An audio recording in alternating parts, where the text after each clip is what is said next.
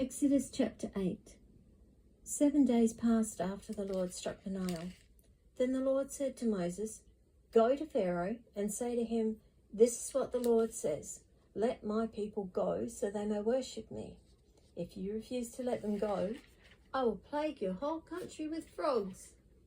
The Nile will teem with frogs. They will come up into your palace and your bedroom and onto your bed, into the houses of your officials and on your people, and into your ovens and kneading troughs.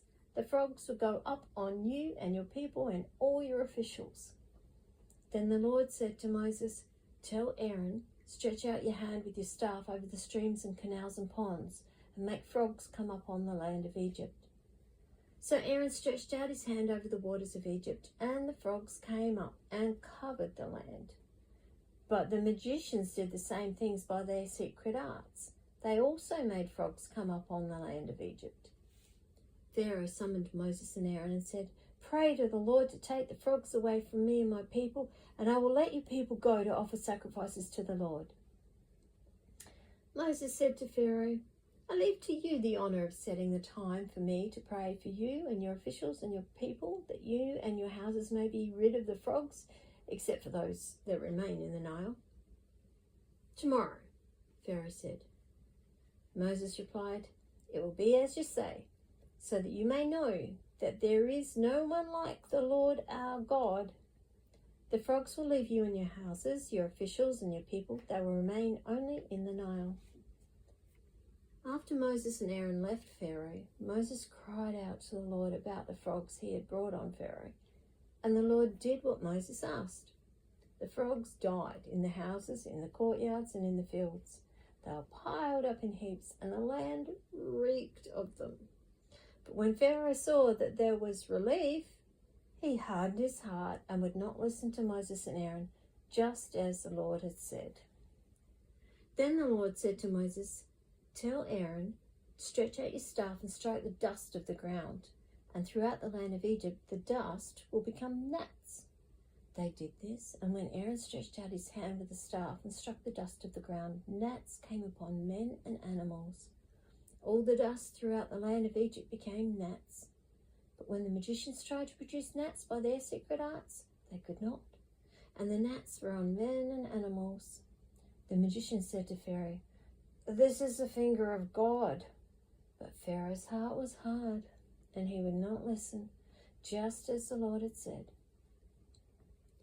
Then the Lord said to Moses, "Get up early in the morning, confront Pharaoh as he goes to the water, and say to him, 'This is what the Lord says.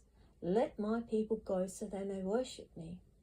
If you do not let my people go, I will send swarms of flies on you and your officials, on your people and into your houses. The houses of the Egyptians will be full of flies, and even the ground where they are. But on that day I will deal differently with the land of Goshen, where my people live. No swarms of flies will be there, so that you will know that I, the Lord, am in this land. I will make a distinction between my people and your people.